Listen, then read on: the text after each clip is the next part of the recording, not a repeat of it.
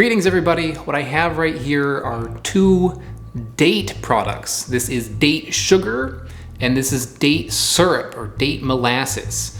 I got these in Algeria and I just got back from Algeria and it was amazing.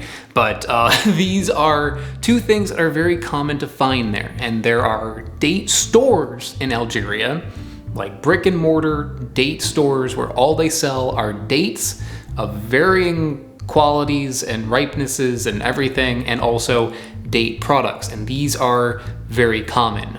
Sometimes they are blended with things, like the date sugar might have like cocoa powder in it or something like that, but this is just pure date powder. This is just pure date syrup. Date sugar is basically just pure dates, okay? They take very, very dried out dates and grind it into a flour or powder. And because dates have such a high sugar content, you can use it like regular sugar. One thing about this though is that because it's dates and there's just little fibers in dates, this is not entirely water soluble. So if you were to take a spoon of this and put it in a cup of coffee or a cup of tea, you're gonna get some crud in there. Okay, it's not gonna completely mix with your liquid. What this is good for though would be cooking or baking. You put some of this in your cookies and it's going to give it the sweetness of sugar, but also a little bit of a flavor of dates. That's good stuff. This though is a different thing. How this is made is a date that is not so dried out, but still dry, just not that dry. It is, I believe, boiled with water, and then the flesh is blended together and then strained out. And I believe the liquid that comes out of that is then further reduced down until it's like a syrup.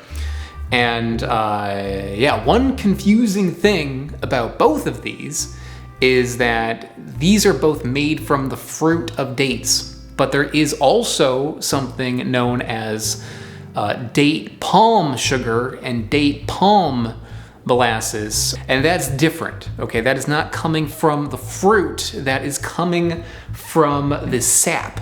Date palms can be used to make palm sugar the same way that other palms can. There's a few different palm trees that can be used to make palm sugar. So that's very similar to how like maple syrup is made. The trees are tapped into, sap is taken out, and then it's like reduced down. If you reduce it down so it's still somewhat liquid, then you get a date palm syrup. And if you reduce it down more, it becomes like a sugar. And yeah, that's not this. That's not this.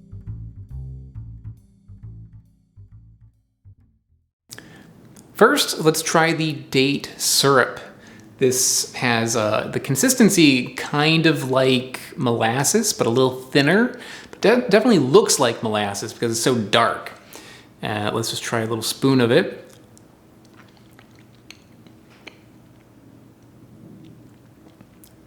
So sweet, but tasty. I think because part of the process of making this is to take a syrup made from these dates and water and like concentrating it down, that also added a little bit of a burnt caramel kind of flavor. So there's like this little tinge of like bitterness to it that's actually really nice. So this is like burnt caramel and molasses and dates.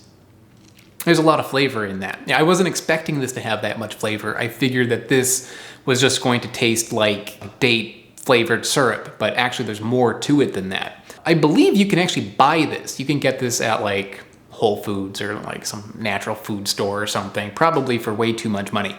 Or you could actually make it by going through the process of taking the flesh off dates, cooking it with water, blending it down, and concentrating it. And I think that might be a fun project for someone else to do, not me.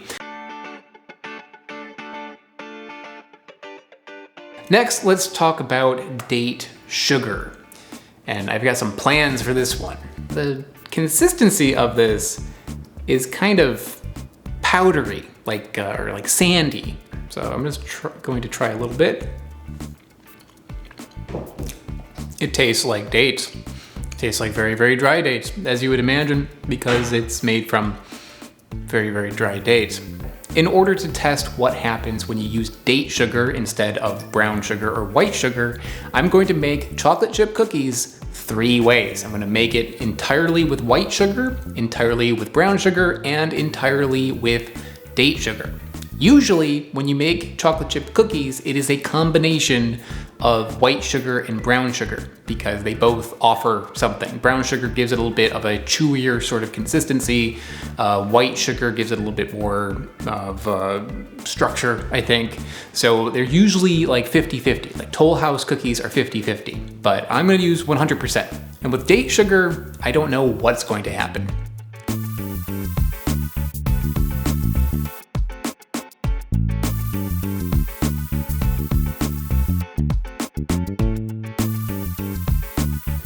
Okay, so first let's see what these look like when you break them in half. So first we've got the plain sugar one.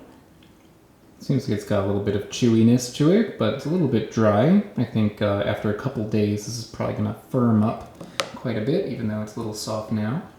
Next we've got pure brown sugar. Yeah, much softer, a little bit chewier, nicer color to it. And then we've got the date one. The date one, as you can see, did not spread at all, but it did cook all the way through. And this, crumbly, much more crumbly. All right, so the date sugar cookies did not spread. And I guess in retrospect, that makes sense because this sugar has pulp in it, it's got fibers in it, so it doesn't fully dissolve in water. And because of that, it doesn't melt the way that regular sugar does. First, let's try a chocolate chip cookie that is made just with 100% white sugar. It's a little bit firm, but still soft, but I wonder if in a couple days if these are gonna get kind of hard. Right now though, room temperature, they've all cooled, so they're at the same temperature. It's fine, tastes totally good. Lacking a little bit of the richness that I expect from a chocolate chip cookie, but it does taste quite good. It's a cookie. Next, the brown sugar cookie.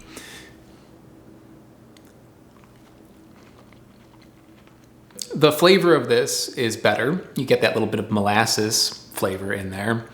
A little bit more complex in that way. And the texture is softer, but it's softer in a way that didn't really match my expectations. I was hoping that this would be like a chewy cookie, but it's a little too soft. It doesn't really like fight you when you bite it. Ever buy those cookies from like a dollar store? They come in a package and they're like, you can like squeeze them into a ball, like they're so soft. It's like one of those in texture. Flavor's better, but yeah, the texture of it's a little too soft. Next, my date cookie. Crumbly. The flavor of it's good. It's actually different than the other two, not just because it has dates in it. It does have a little bit of a date flavor in there, but also it has a bit of a shortbread flavor, and I'm not sure exactly why that is. Maybe I'm noticing the butter that's in there more or something, but yeah, it reminds me a little bit of like chocolate chip cookies met shortbread. I like the texture least. It's a little too crumbly, you know, it's too dry, it doesn't spread. But the flavor of it is nice. And that little bit of like a buttery shortbread taste that I'm getting is a welcome addition, why ever that's happening. So what's interesting though is none of these are really perfect. I think the reason why Toll House cookies and most chocolate chip cookie recipes have more than one type of sugar is for a reason. I think the ones that stand on their own the best are probably the white sugar ones, but the flavor isn't as good. It's probably my least favorite in flavor. So I think the best way to go would be to have like a combination. So using a little bit of date sugar in a chocolate chip cookie, you can get some interesting results, I think. And guess what? Because I couldn't fit all of the cookies on a half sheet when I put it in the oven, I actually did that. I took the leftovers of each 3, not sure if it's exact amounts or whatever, and I mix them together as well as I could, and I bake them, and I have what I would like to refer to, maybe a little prematurely, as the super cookie. So this is what happens when you combine not equal parts of date sugar, white sugar, and brown sugar, and use them all together. It did spread, but as you can see, it did not spread as much as the white sugar and brown sugar. So the date sugar is puffing it up a little bit, and the consistency is good, nice and chewy. All right. Yeah, that's definitely the winner. The combination of the 3 sugars together does make this special. And the date sugar in there does change it. It gives it a little bit more of like this, I don't know, like density or whatever. It's soft, but it's still chewy. And it has a nice flavor in it that for some reason it reminds me of shortbread. But also I can taste the dates in there. I think if you were to give this to somebody, they wouldn't recognize the dates in there, but it does add to the flavor. There's more going on. There's a little bit more depth to the flavor of this cookie. This is something. This is definitely something. So I think this definitely has taught me something, and that is date sugar is good. I think using it entirely on its own, at least for this purpose, didn't really work. But replacing some sugar with the date sugar, that's where things get interesting. That actually does change the cookie entirely, but in a way that's it's different. Changes the structure, changes the flavor. It's definitely one to play with. So I think that's about it for this examination of date syrup and date sugar. You know, I had an incredible time in Algeria. I learned a lot while I was there, and now that I'm back home, I still have more to learn. And it also shows me just like how versatile dates are. The fruit is amazing. It can be used in so many different ways, different ripenesses and all that. You can make coffee out of the seeds. I did that once, and yeah, the date fruit can also be used to make sugar and molasses. It's such a useful sort of fruit that has been used by a lot of cultures to great extent, but here in the US, not so much, and it's definitely one to look at. So if you happen across these things at Whole Foods or something, definitely pick them up or try making them yourself. That might be fun. And I think that is about it. So I hope you enjoyed, everybody, and I will see you all next time. I would like to give a big shout out to Smarter Every Day, Loftyrex, and JMac. They are mega patrons over on patreon.com. Patreon, I'm sure you've heard about it, but basically it is how I can afford to go on all the adventures that I go on this channel and how I buy all the fruit that I buy. So if you are interested in supporting the channel, check out the link in the description below. Another way to help out is by going to my website. My website has all my videos organized into categories, which is pretty cool, and I also have t-shirts for sale over there. So check it out, and I will see you all next time.